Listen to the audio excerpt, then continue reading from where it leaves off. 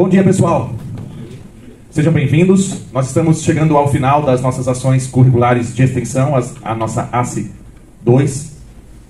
No final do mês de novembro a gente acaba e, como já foi combinado, nós teremos um encerramento lá na Praia da Cigana. Então, se organizem aí, certo? Quem está organizando é o Marcos, o Sóstenes e mais alguém. Vinícius, Douglas, esse povo aí, tá? Hoje nós contamos com a convidada Marinalva. Ela é fundadora, ela que está por trás do clube de leitura Blackout Virtual da cidade de Tocantinópolis, e ela vai nos contar um pouco da sua experiência hoje. Mas antes, eu queria que as nossas duas alunas, a Ana e a Samira, viessem compor a mesa aqui para nós, por favor. Cadê as palmas?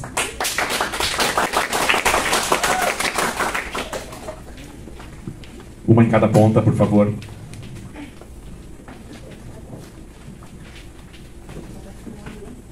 E agora, a nossa convidada pode vir compor a mesa também, Marinalva. Seja bem-vinda.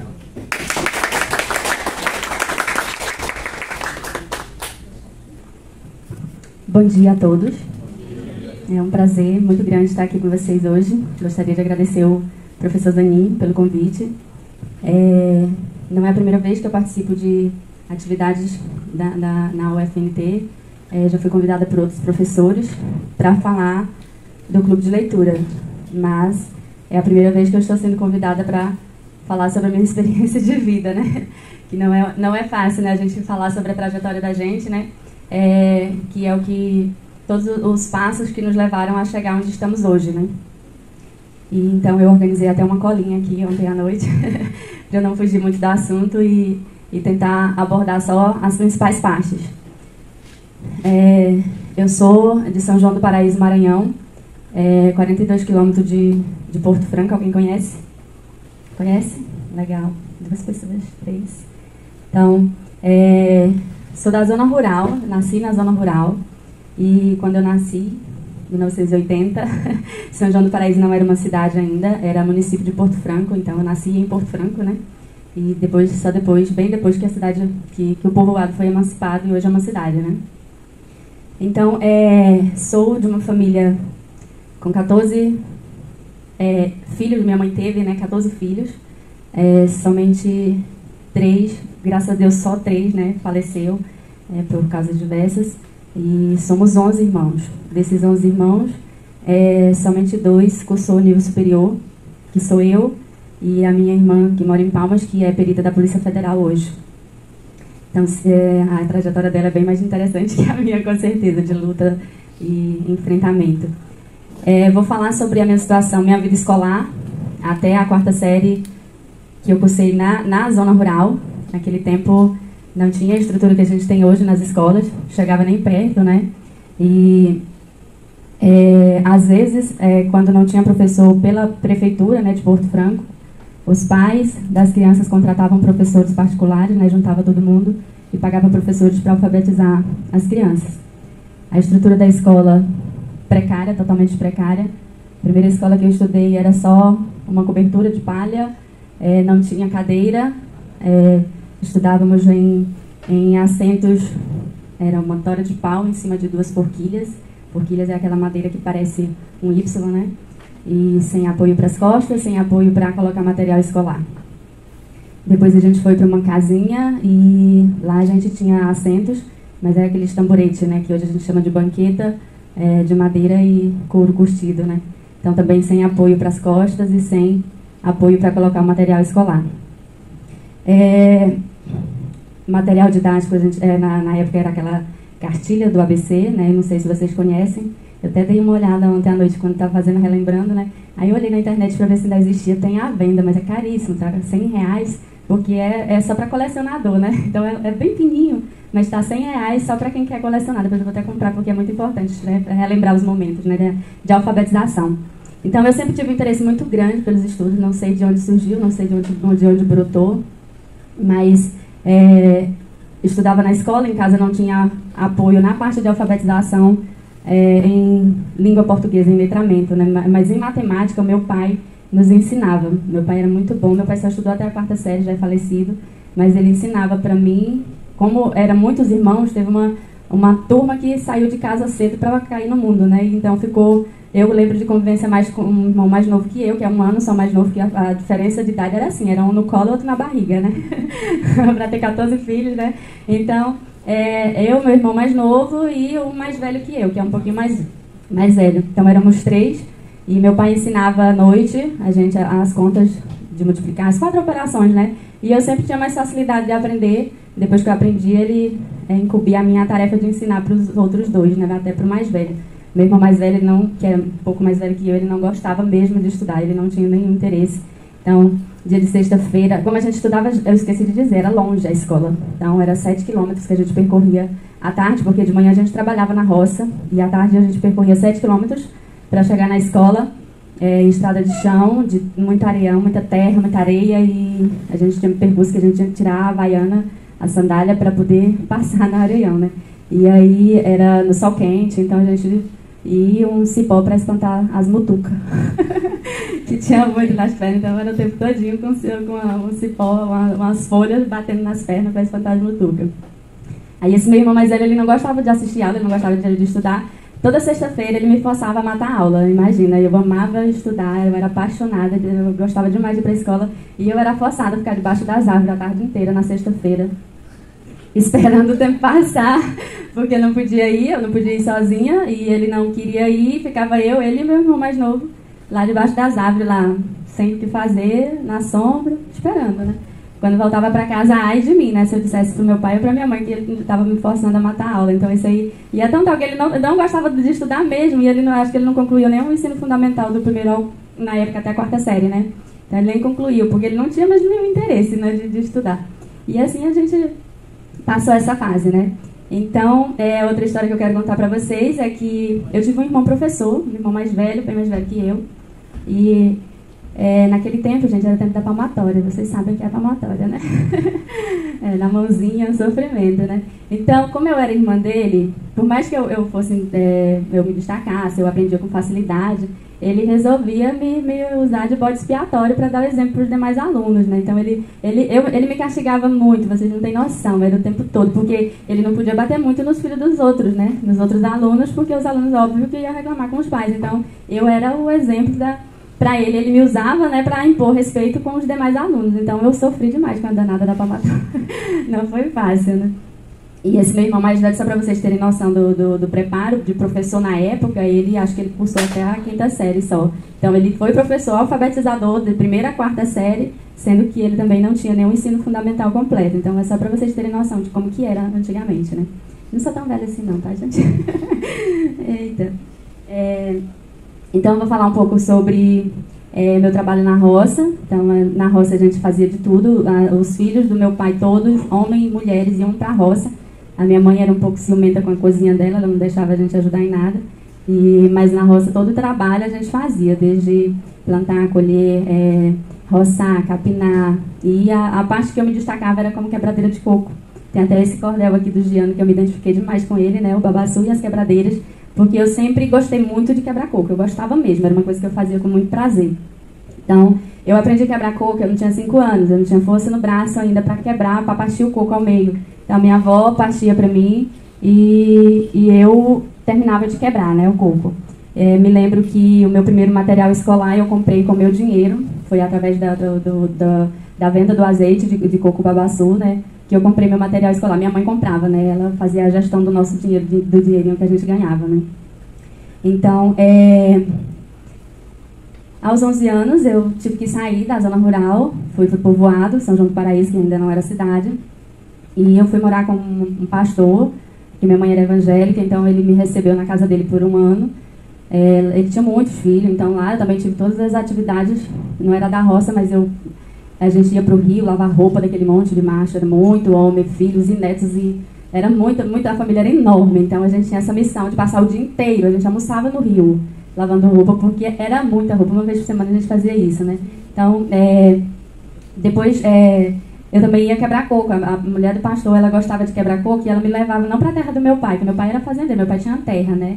Mas eu ia para a terra de outras pessoas quebrar coco. E aí, para ajudar também na renda e na despesa da casa, né? Que eu morei durante 1 ano.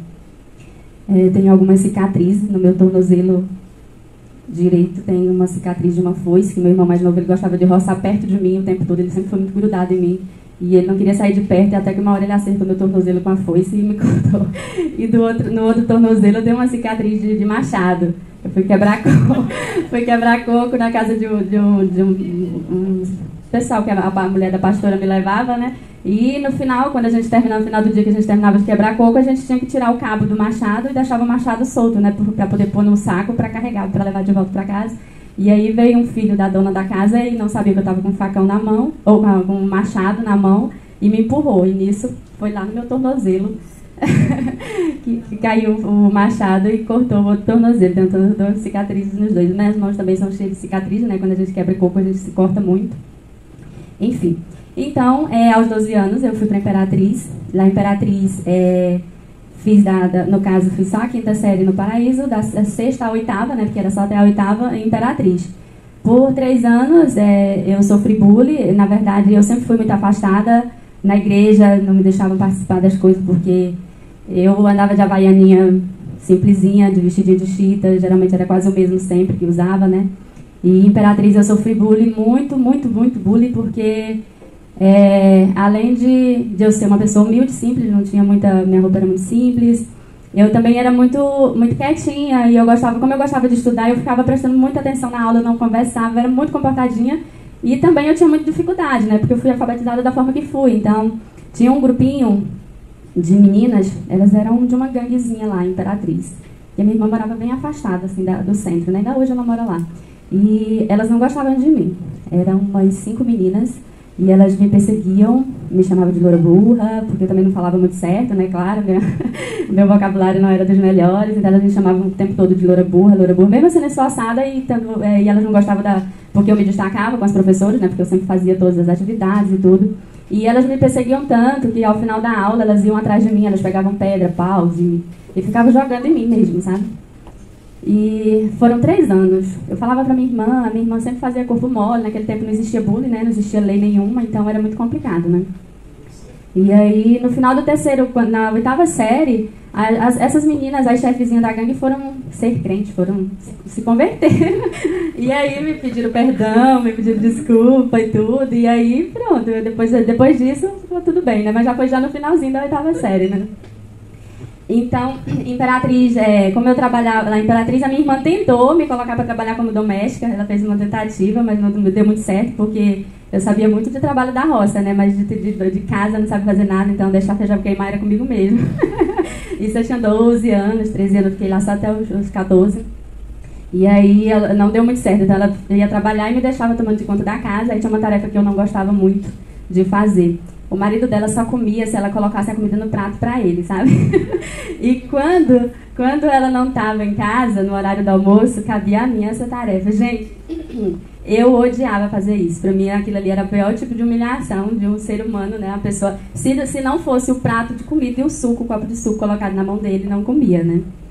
E aí eu tinha que fazer isso e, de certa forma, eu acho que eu tive até uma certa aversão a ser submissa a maridos e tudo mais. Então, eu sempre tive esse problema em relação a isso, porque eu acho que todos nós somos iguais, né? Cada um tem a sua... deve fazer a sua parte, né? Enfim, e tem uma situação também interessante, que eu espero que meu sobrinho não veja, você vai estar gravando, né? Eu tinha um sobrinho mais velho, tem até hoje, né? Hoje ele é totalmente mudado, mas ele era muito cri-cri, sabe? Muito cri-cri. Ele tinha 2 irmãos e ele perturbava demais todo mundo. Então, quando minha irmã fazia sobremesa gostosa, adivinha o que ele fazia? Ele cuspia dentro para eu não comer. Então, gente, isso aí, eu guardo essas coisas porque é muito assim, gente, fora do normal, né? Hoje em dia, hoje a gente vive uma vida totalmente diferente, né? E então, meu cunhado, ele era fumante, bebia muito e ele me dava dinheiro para comprar cigarro, daí eu me envolvi com bebida, com cigarro também, comecei a fumar nessa época, eu morava lá. Só que como a minha mãe me criou na igreja evangélica, eu sempre tinha aqueles rompantes, eu me afastava, depois voltava, então, de certa forma, isso impediu que eu me tornasse uma viciada, né? E eu gostava muito de estudar, como eu falei, minha irmã tinha livros didáticos, lá em Imperatriz já era um pouquinho diferente, lá no Paraíso, eu não tive acesso a livro literário, eu não tive acesso a nem livro didático, a não ser a cartilha, né? Então, minha irmã tinha muitos livros lá didáticos, livros de inglês, E eu era apaixonada. Não sei por que isso tinha isso em mim, mas eu gostava de ficar folheando aqueles livros, de ficar lendo. Mesmo não sendo livros de literatura, mas eu já gostava de ler, né? E aí, com 15 anos eu fui para Brasília, né? Vou contar também uma história rapidinho aqui, meio pessoal, mas o motivo de eu ter ido para Brasília foi que eu comecei a namorar aquele namorinho de porta, sabe, de casa, que o meu cunhado cuidava de mim, ele ficava olhando o tempo todo, então aquele namoro que não podia chegar perto, sabe? E esse meu namorado era um pouquinho mais velho que eu, começou a divulgar que ia casar comigo, né? E caiu no ouvido do meu pai, lá no interiorzinho lá de São João do Paraíso. Foi bater em Imperatriz, se reuniu com meu irmão mais velho, com meu cunhado, vamos mandar pra Brasília. Eu nem falava em casar e nem queria casar nessa época, tinha só 15 anos. Naquela época era normal, viu, gente? Eu tenho uma irmã que com 13 anos ela fugiu, casou e viveu um monte de tempo casada, com 14 anos teve o primeiro filho, então isso era normal nesse tempo, né? Hoje também a gente tem, né, essas situações, mas são mais controladas, né? E aí eu fui pra Brasília, e esse meu namorado, ele ficou muito revoltado, porque meu pai me tirou de perto dele, né, e eu tinha uma melhor amiga, ele, que já era bem mais velha que eu, virgem ainda, uma mulher muito séria, sabe? E ele simplesmente casou com ela e um mês depois se separou, casou na igreja, tirou a virgindade dela só pra se vingar de mim, porque eu tinha deixado ele. E depois que eu fui pra Brasília, eu disse, namoro à distância pra mim não existe. Então, acabou, e aí acabou mesmo. E aí ele fez isso só pra me provocar. Muito cruel, né, da parte dele, mas é uma história interessante, né, pra contar. Então, em Brasília, pense que papai e mamãe me mandou com condições, alguma não. Minha irmã, já mais velha que essa, que hoje é da Polícia Federal, ela morava lá, mas ela morava de aluguel. Eu fui pra lá pra pagar aluguel, pra trabalhar. Então, meu pai não me mandou dinheiro, nem R$1. Ele mandou frito pra comer na estrada, nem o dinheiro do suco, nem do refrigerante. Foi meu irmão que me deu, eu ainda me lembro o valor que deu pra comprar o líquido, né, o de beber, mas a comida era o frito de galinha caipira, né? Bom, né, gente? Farinha de fuba. É muito bom, né? E aí, lá, me virar. Comecei a trabalhar, assim que eu cheguei em dezembro, janeiro já estava trabalhando. O dinheiro mal dava para pagar aluguel e comer o básico mesmo, e eu ainda consegui, gente, juntar dinheirinho. Comecei lá na primeira série do ensino médio, consegui juntar dinheiro durante 6 meses para comprar passagem de volta para casa e sair fugida de lá, de Brasília, porque eu não gostava, não me adaptei. E aí eu juntei esse dinheirinho trabalhando, saí do emprego. E no mês de junho, bem no período de férias, de prova, aliás, da escola, eu voltei para casa. E voltei determinada. Cheguei em casa, adivinha o que aconteceu? Meu pai só não me botou no mesmo ônibus porque ele acho que ia pro Pará e demorava para voltar. Mas me botou de volta no ônibus e me mandou de volta para Brasília, nas mesmas condições. Eu, tá bom, é assim, então tá. E aí, nesse período, eu comecei a ver que eu tinha que enfrentar, morar lá mesmo e me virar, me revoltei, até com meu pai e com minha mãe. Passei 3 anos sem voltar no Maranhão e fiquei lá mesmo muito, muito revoltada. Graças a Deus nunca me envolvi com drogas, mas se eu fosse uma pessoa vulnerável, sem princípios, eu teria me envolvido, com certeza, né? Porque não foi fácil. E então eu comecei a estudar. Eu fiz o ensino médio no centro de Brasília, na Escola Setor Leste. E como a minha base era muito fraca, eu tinha muita dificuldade. Se em Brasília eu sofri bullying porque eu era burrinha, né? As meninas me chamavam. Se Imperatriz, né? Imagina em Brasília, né? Então, só que em Brasília eu não tive nenhum tipo de problema. Pelo contrário, tive bons amigos, inclusive amigos que me permanecem em amizade até hoje. Pessoas que me ajudaram. Então, assim, estudar, como eu trabalhava o dia todo, então eu estudava, a gente tomava Guaraná em pó para ficar acordada até 3 horas da manhã, estudando para conseguir a média. Não era para tirar 10, não, era para conseguir a média. E eu ainda consegui tirar uns 10 lá, graças a Deus, né? Mas com muita dificuldade. Passei os 3 anos estudando pra caramba para poder conseguir passar de ano, né? E essa foi a minha trajetória. Resolvi mesmo, como eu gostava de estudar, eu resolvi seguir todos os meios que eu pudesse, né, como eu não nasci em berço de ouro, né, para me superar e conseguir ter uma vida decente, né, através dos estudos. Então, as bibliotecas de Brasília, todas eu frequentava, eu tinha a carteirinha de todas as bibliotecas. Tinha um lugar maravilhoso lá em Brasília, não sei se hoje ainda tem, que era o espaço da Legião da Boa Vontade, que era um espaço com fonte artificial, era um espaço totalmente propício para estudo, sabe, para você ir para lá, relaxar. Então, eu trabalhava durante a semana, estudava à noite, e o sábado inteiro eu passava lá na Legião da Boa Vontade, estudando, passava o dia todo. Aí eu comecei, comprava livro, meu salário era pouco, mas livro, nunca deixei de comprar livro. E aí, comecei a estudar para fazer concurso, eu tinha 18 anos, eu passei num concurso do Hospital Sara Kubitschek. Era para fundamental, ensino fundamental, não era para ensino médio, mas tinha até pessoas com nível superior que também concorreram junto comigo. 79 mil candidatos, eram 200 e poucas vagas, e eu fui chamada para trabalhar. Mas, gente, não era a minha área. Trabalhar na área da saúde não era para mim.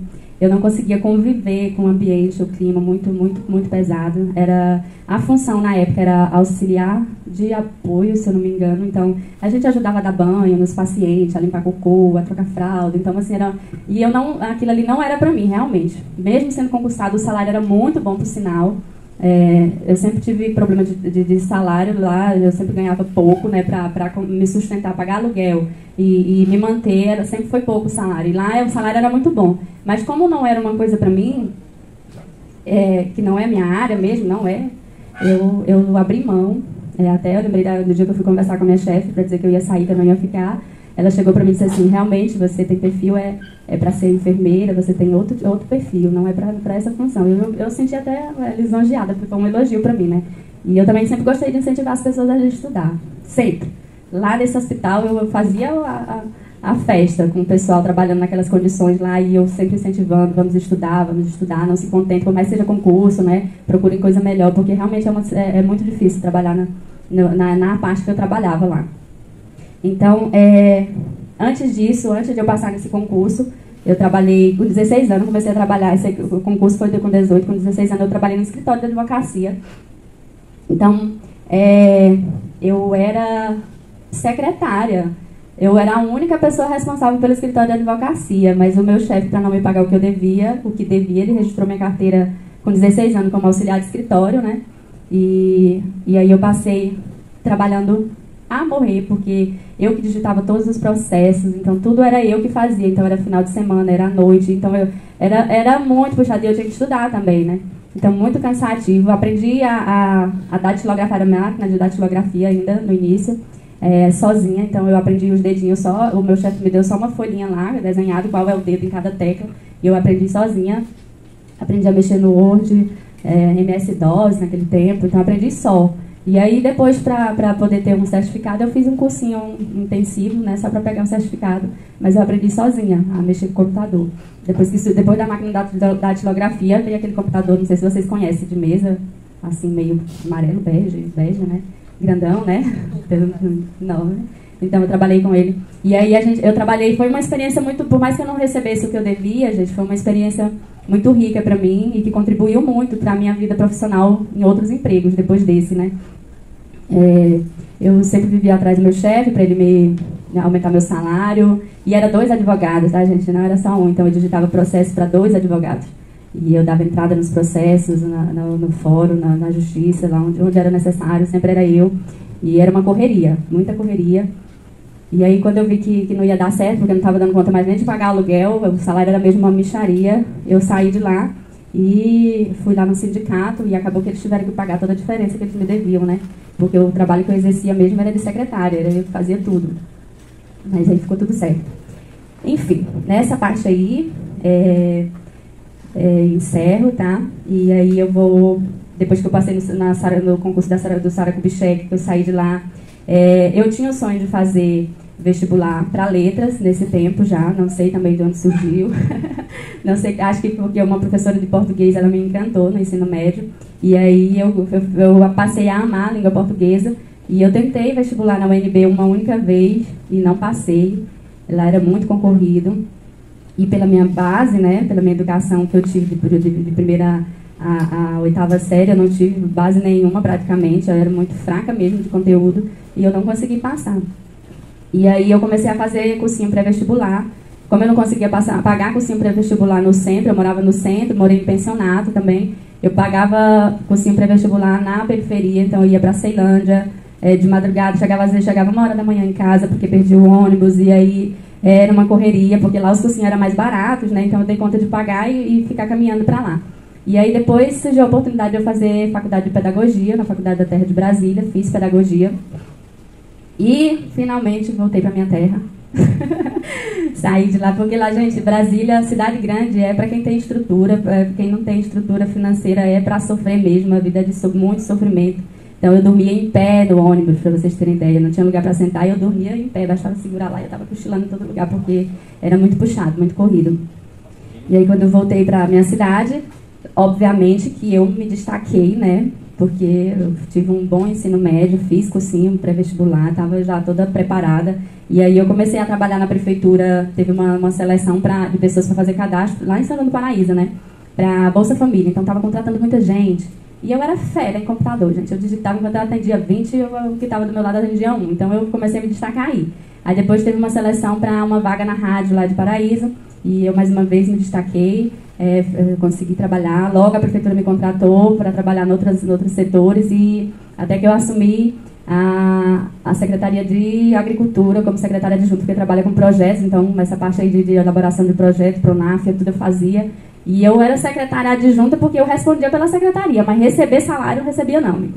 Era menos de um salário mínimo que eu recebia, mas o trabalho era todo nas minhas costas mesmo, todo nas minhas costas. Então, assim, ralei muito lá, até que um dia eu resolvi sair. Mas eu saí de cabeça erguida depois que eu passei num concurso na minha área, né, na área da educação. Então, minha vida toda praticamente trabalhei na área administrativa.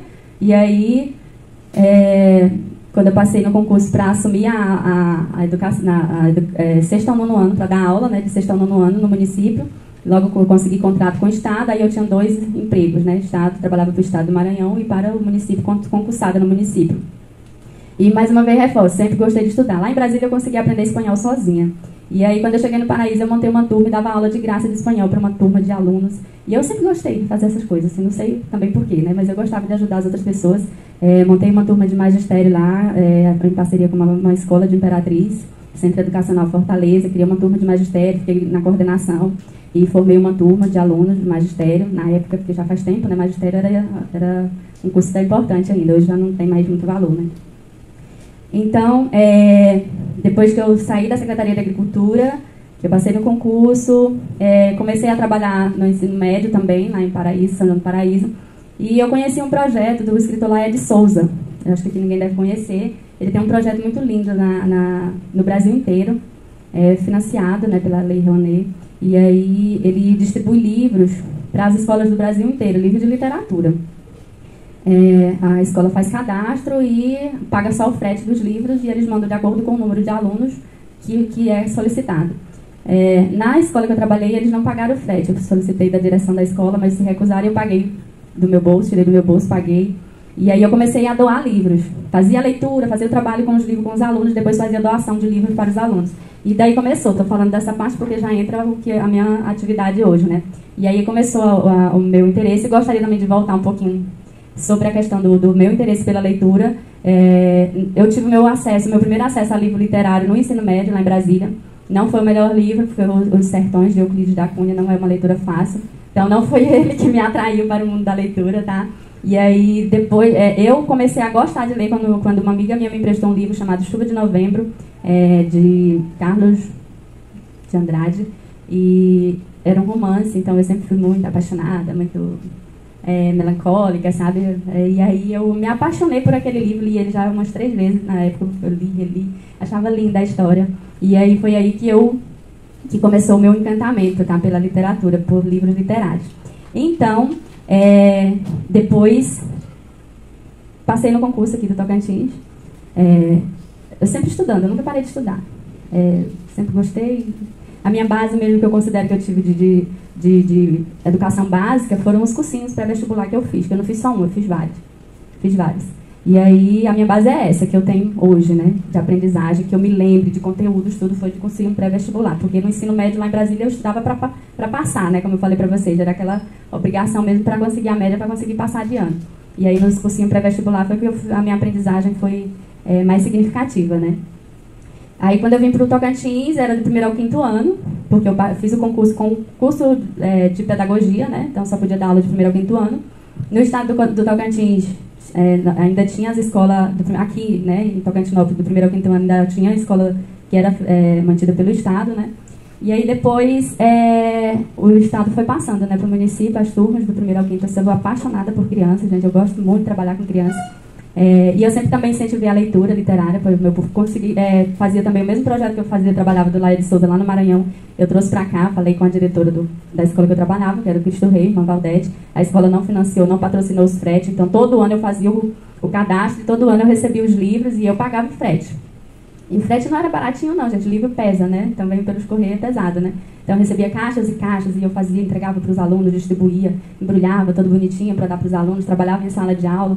E teve um ano que eu trabalhei uma peça teatral com as crianças, de segunda aninha, gente, eu trabalhava com um pequenininho mesmo, de 7 anos, criança de 7 anos. E tinha a feira literária do Tocantins, né, que hoje já não tem mais. E aí teve pois então, aí a gente apresentou essa peça aqui em Tocantinópolis para toda a regional, né? E nós somos selecionados. Era o Casa do Bolinho, de Tatiana Belin, que era um livro, e aí a gente trabalhou a leitura do livro e fizemos uma apresentação teatral. E a gente passou, aí lá vou eu, para apresentar em Palmas, né? Um monte de criancinha, a irmã Valdete, que era a diretora do Cristo Rei, e fomos para Palma com esses meninos. Quando a gente viu, tinha um menino banhando na fonte artificial. Só de cueca. Mas deu tudo certo, a gente fez 2 apresentações lá, fizemos a apresentação não na Feira do Livro mesmo e fomos convidados para fazer outra apresentação, então foi um sucesso, foi muito bom. Então hoje eu tenho os meninos que participaram dessa aventura, que são meus alunos na 2ª série do ensino médio hoje, então são experiências únicas, né, que eles não esquecem, né, nem eu. Aí, quando o Estado começou a passar do 1º ao 5º ano para o município, eu comecei a me perguntar, e agora, José, né? O que vai ser? A maioria dos professores tiveram que pegar a coordenação e ir para outras áreas, né? Eu ainda fui para a APAE, assumi a coordenação pedagógica lá e fiquei pouco tempo porque eu queria ir para a sala de aula e queria trabalhar com língua portuguesa. Não era meu sonho lá de 18 anos? Então eu tinha que fazer uma área específica, né? E aí eu fiz a minha 2ª licenciatura em letras e hoje, desde 2020, eu estou com língua portuguesa. Trabalho no Da Orione, ensino médio fundamental. Atualmente também estou lá no Juliano Moretti, porque fui convidada para cobrir uma professora que entrou de licença e como estava em período eleitoral não podia contratar, e eu como concursada assumi. Então atualmente estou com 60 horinhas, tá? Um pouquinho puxado, mas está dando certo. E aí, acho que depois que eu parei de trabalhar do 1º ao 5º ano, eu senti falta das crianças, né? E aí juntou algumas situações que eu vou já entrar no clube de leitura, eu não sei, eu estou dentro do tempo ainda, porque a parte do clube de leitura também vai tomar um pouquinho de tempo, né? Mas eu vou só resumir, finalizar essa parte aqui para a gente passar para os slides. Hoje eu faço parte do Conselho Municipal da Criança e do Adolescente aqui de Tocantinópolis. Já tem bastante tempo, desde que comecei com o clube de leitura, que eu fui convidada para participar. Vou falar aqui desses 2 livros. Esse livro é do Dr. Pedro Alberici, eu prefaciei esse livro, ele me convidou para fazer o prefácio desse livro, está aqui. Nesse livro aqui eu participei como entrevistadora de um escritor, estou também aqui nesse livro, tá? E aí eu testei de 2 só para demonstrar para vocês. Assim, é um trabalho de formiguinha, né? Mas aos poucos a gente vai conseguindo, mesmo sendo um trabalho voluntário. Nem todos, quem realmente deveria reconhecer o clube de leitura não reconhece, né? Mas eu tenho recebido reconhecimento de outras partes que vocês vão ver a partir de agora. Tenho 3 artigos publicados em revista científica, tá?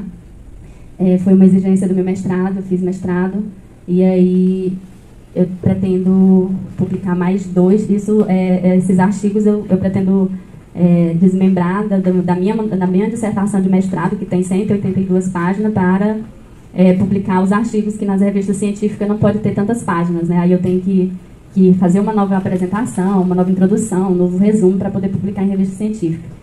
E no meu recesso eu pretendo publicar mais 2. Tem um artigo que a revista entrou em contato comigo porque estava sendo muito visualizado em outros países, e aí me pediram para traduzir para inglês e espanhol, e aí eu autorizei, foi feita a tradução. Então tem um artigo meu que ele é muito visualizado fora do Brasil, e ele está traduzido em 3 línguas, no caso, português, espanhol e inglês.